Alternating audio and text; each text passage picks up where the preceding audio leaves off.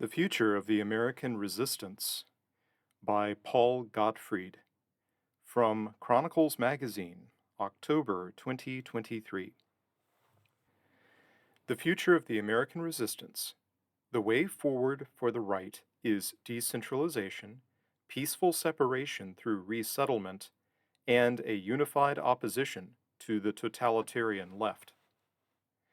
This issue of Chronicles features a symposium on the political future of America.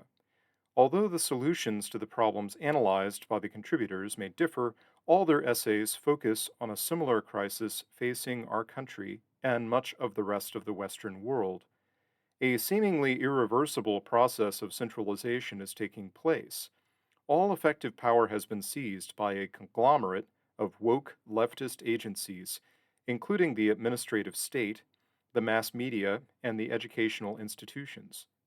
This process is so far advanced here and in other Western countries that the question that presents itself is how one can address this situation from outside the interconnected power establishment. There is a German term, Gleichschaltung, coordination, that may describe quite well what is taking place. This term refers to the ominous state of affairs that our contributors are forced to address. Nazi leaders used this term in a favorable sense to characterize their ideal form of rule. It aimed at bringing all aspects of human life under the ideological command of an all powerful state. This control was supposed to embrace all social, recreational, and political activities, none of which was allowed to operate independently of the state's authorized ideology.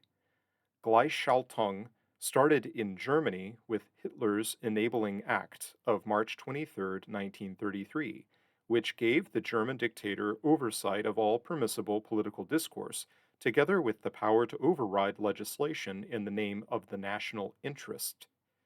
From there, the Nazi regime went on to bring all realm of civic life under its sway.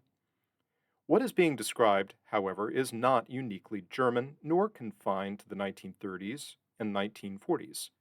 It has become characteristic of all contemporary Western societies that claim to be defending tolerance and fighting discrimination, but which stifle civil liberties and try to ban unwanted opinions.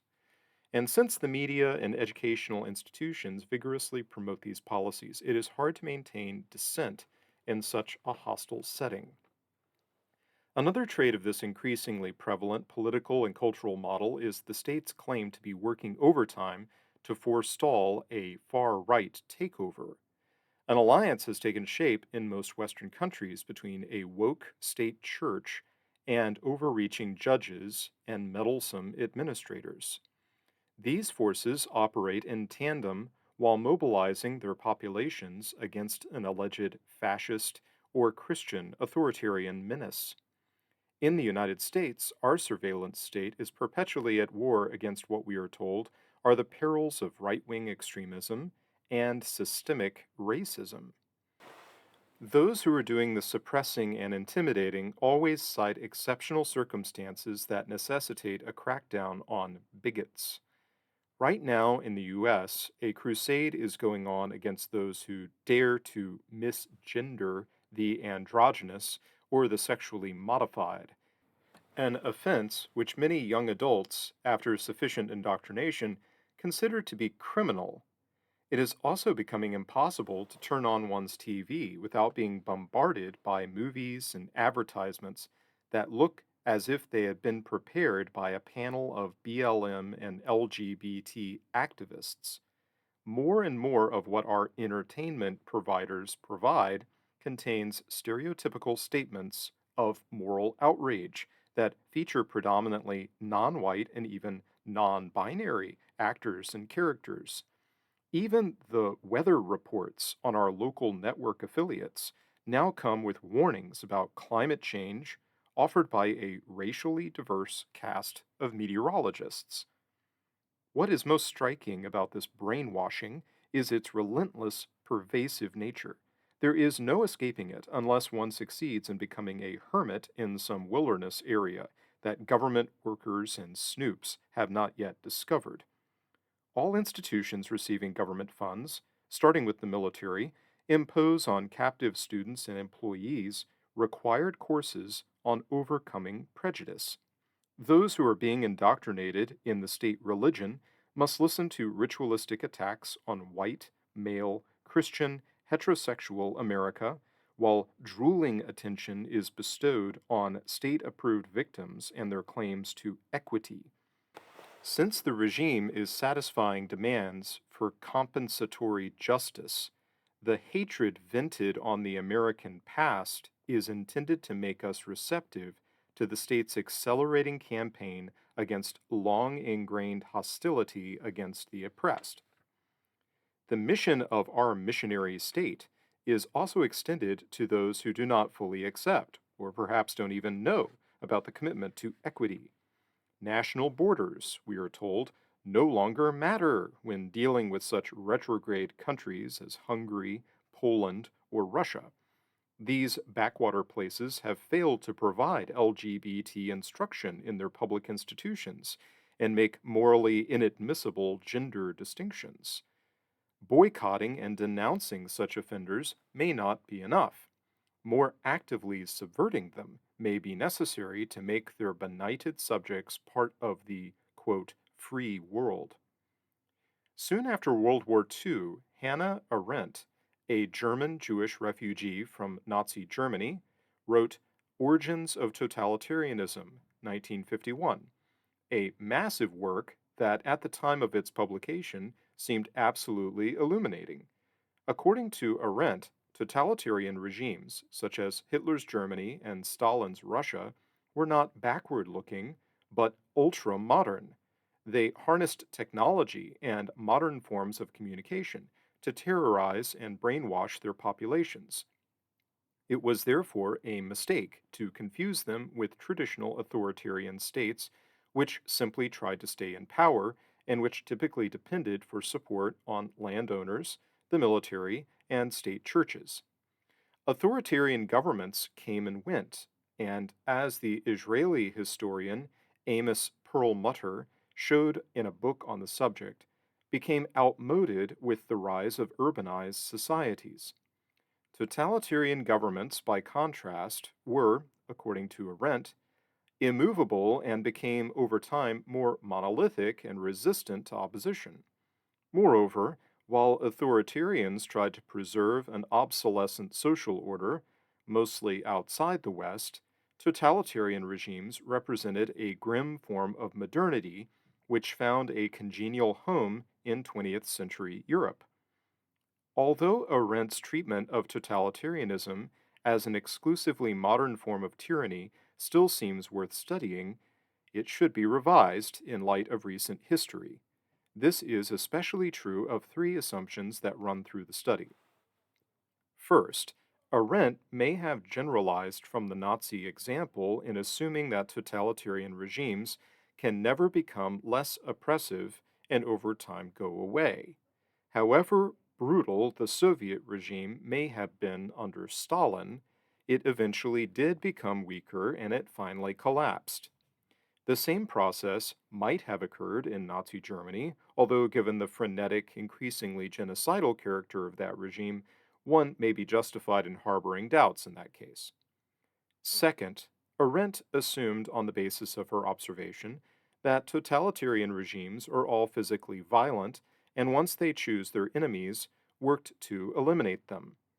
Terror, according to Arendt, was the modus operandi of totalitarians, and it was hard for her to imagine a totalitarian government that did not apply violence against designated enemies, and which did not do so systematically. Third, Arendt believed that totalitarian rulers were mostly after power.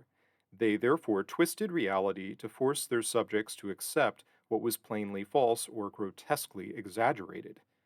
Totalitarian leaders engaged in such actions as an exercise in control, and so it didn't matter to them if they knew that their accounts of what was happening were invented.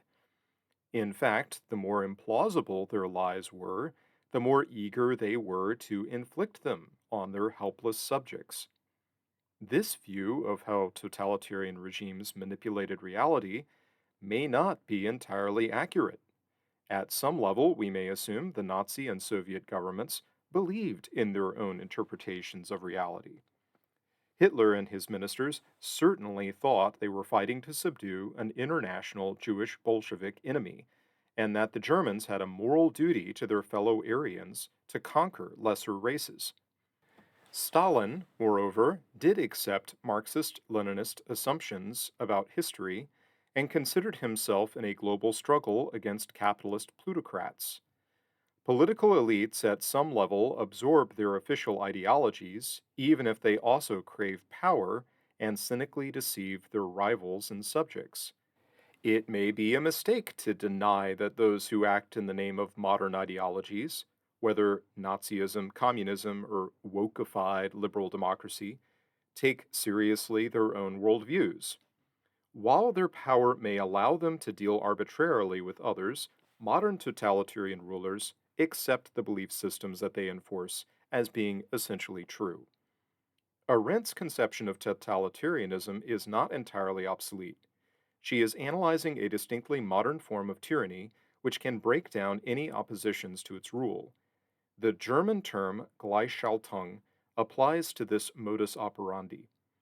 Centralized communications, a vast administrative state, and a population with less and less of a historic cultural identity all contribute to this totalitarian reality.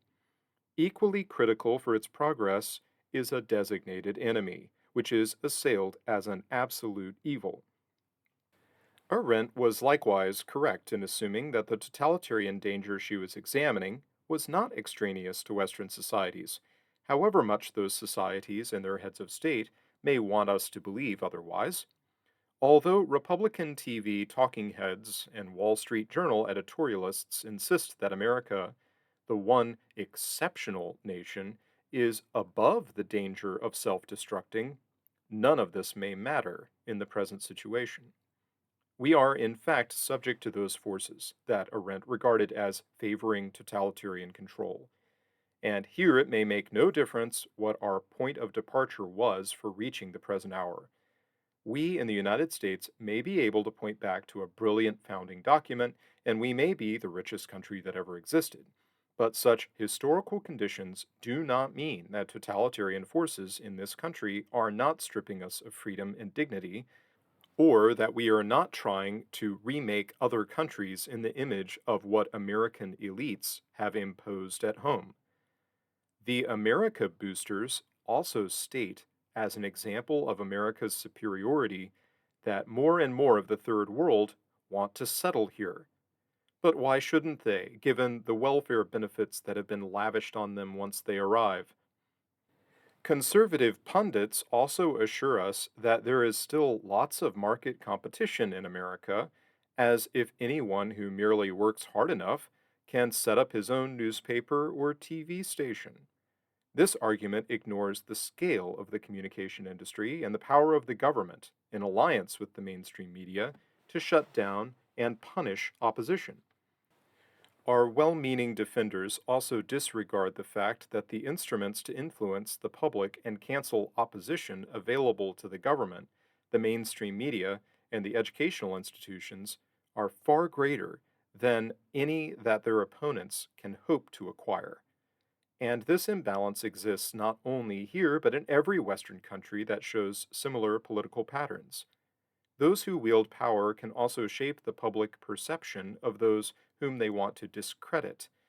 Recent examples being the characterization by the FBI and Homeland Security agencies of Latin mass Catholics and parents who protest LGBT indoctrination in public schools as domestic terrorists. Our rulers also get to reconstruct the past and transmit their version of history to hundreds of millions of people, as, for example, the New York Times did in its 1619 Project series. This allows them to shape the present and future by telling us what supposedly transpired before the present generation was even born. The new totalitarians do not have to murder their designated enemies to isolate them. They can just bring their ubiquitous power to bear in neutralizing opposition. According to a recent poll, 70% of Democrats want the government, obviously their government, to censor social media. In Germany, the Central Committee of German Catholics is right now drafting a proposal to exclude members of the right wing Alternative for Deutschland party from communion and confession as racist enemies of German democracy. There is no evidence that AFD preaches racism, although it does oppose the woke leftist monopoly of German politics. The governing class, it would seem from these examples, has not gone far enough in driving the right into the wilderness. It may be apt to compare this ideological zeal to the complaint made by some Nazi fanatics in the 1930s that non Aryans had not been sufficiently removed from German society. It may also be a peculiar characteristic of the new totalitarianism that it depends less on government coercion than did older forms of control. That's because many in the population are even more fanatical in their war against freedom and civilization than the regime they support. Terror may no longer be necessary in this updated totalitarian system because left wing populations can be rendered even more intense than the state in their adherence to the state religion, as we saw during the upheavals of 2020. Another aspect of the new totalitarianism is its coexistence with the breakdown of civil society and public order. Whereas the older totalitarians worked to maintain at least the appearance of outward order, for example, by keeping streets clean and free of marauding vagrants, the new totalitarians specialize in creating turmoil. The greater the disorder and the more rampant the crime wave, the more opportunity there is to justify measures to increase their control. What the late Chronicles columnist Sam Francis characterized as anarcho-tyranny is not an accidental feature of this new regime. It is a deliberately planned method for allowing the ruling class to accumulate power. The greater the confusion sown, the greater the opportunity for those in charge to expand their sway over a confused, warring, diverse human mass. This assault on family and community also helps reconstruct civil society in accordance with the needs of the ruling class. The Nazi government, according to Arendt, benefited from disunity by establishing clashing bureaucracies that laid claims to the same areas of responsibility. In comparison to what our present totalitarians are capable of doing, however, these interwar totalitarian strategies have a definitely archaic look. An effective resistance to this march toward totalitarianism may be arising in the United States, which is the world's dominant political and economic power. Unlike most other Western countries, there is a sizable resistance force here, perhaps as high as 40 to 50%. This growing opposition would be better mobilized with a less compromised conservative establishment, one that expended less energy censoring the right and trying to build bridges to the left. But even our grievously flawed conservative establishment continues to give a forum to enough principled opponents of the regime to point out its corruption and power grabs. The number of these hard hitting critics, many of whom come equipped with websites, is far greater than their equivalents in other Western countries. Moreover, the reason that leftist elites inside the government and the media work so hard to combat this resistance is that it actually exists. We are not dealing here with a largely invented opposition of the kind, for example, that the German anti fascist state is pretending to combat. There is a libertarian and traditionalist right in the US, which is striking back, however limited its media resources. Boycotts of woke capitalist enterprises and mass protests may be just beginning, and of course, this struggle could escalate. Whatever the defects of former President Donald Trump, and there are many, the fact that 75 million Americans voted for someone who is so thoroughly hated and vilified by our power elite could not have happened in any other major Western country. The populist right in Canada, Australia, and most of Western Europe does not command the percentage of support that it does in the US. America's right wing resistance must become a culturally unified opposition if it hopes to make headway. Such cohesion may be far more helpful for the right than continuing to try to outcompete the left in diversity. The totalitarian left has gained power by declaring war on community, normal families, and historic identities, and by taking advantage of the moral anarchy it created. An effective resistance will require the restoration of everything that the totalitarians have worked to poison and subvert. Without the operation of durable, inherited social and religious institutions, this resistance will be nothing more than a temporary episode destined to transform back into the sickly, decrepit liberalism that paved the way for today's totalitarian left. From there, a new era of leftist Gleichschaltung will likely soon follow. Two other prerequisites for a comeback of freedom and tradition are controlling borders and immigration and working to decentralize government.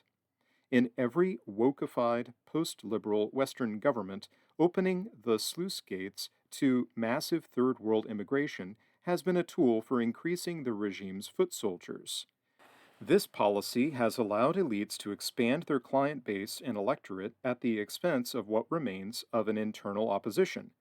This influx has also created internal turmoil, a situation that we are told requires even further government oversight and social programs. Decentralization, as well as tight immigration control, is necessary, at least in the short and middle terms, if America's right wing opposition is to survive politically and socially. But none of this can happen if the right wing opposition must live directly under an unfriendly regime that it cannot hope to replace. The best solution, given the circumstances, is peaceful separation, a solution that can be undertaken in stages even if it cannot be achieved all at once. If Americans committed to opposing the tyrannical left can be induced to settle in common areas, and if they can control local and regional administrations, then their living situation should be far from hopeless. The regime's opponents will be in an optimal position to respond to unwelcome directives from the central state. They can simply avoid enforcing them.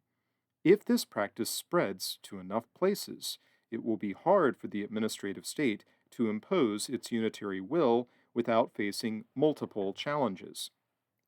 It may also be necessary for the survival of enclaves of resistance that the decision of those who choose to live under the regime be treated as irreversible, providing their decision has been reached without provable coercion.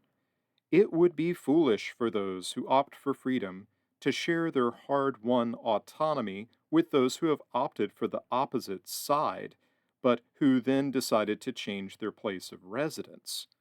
Even more suicidal would be to extend full citizenship rights to those who took this step. There is no guarantee that those would be neighbors would not be carrying with them the views and values of the place they left. One should not confuse these hypothetical asylum seekers with former communists who eventually fled communist rule. Most of those refugees were staunch anti-communists by the time they defected.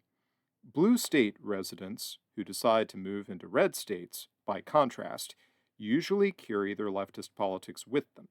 There is no reason to think leftists will behave differently if they move into more conservative regions in the future. Regulating who settles in woke-free areas will be necessary to protect these outposts of freedom from infiltration. Therefore, any attempt by the central administration to tamper with the situation, probably by invoking the 14th Amendment, must be doggedly opposed.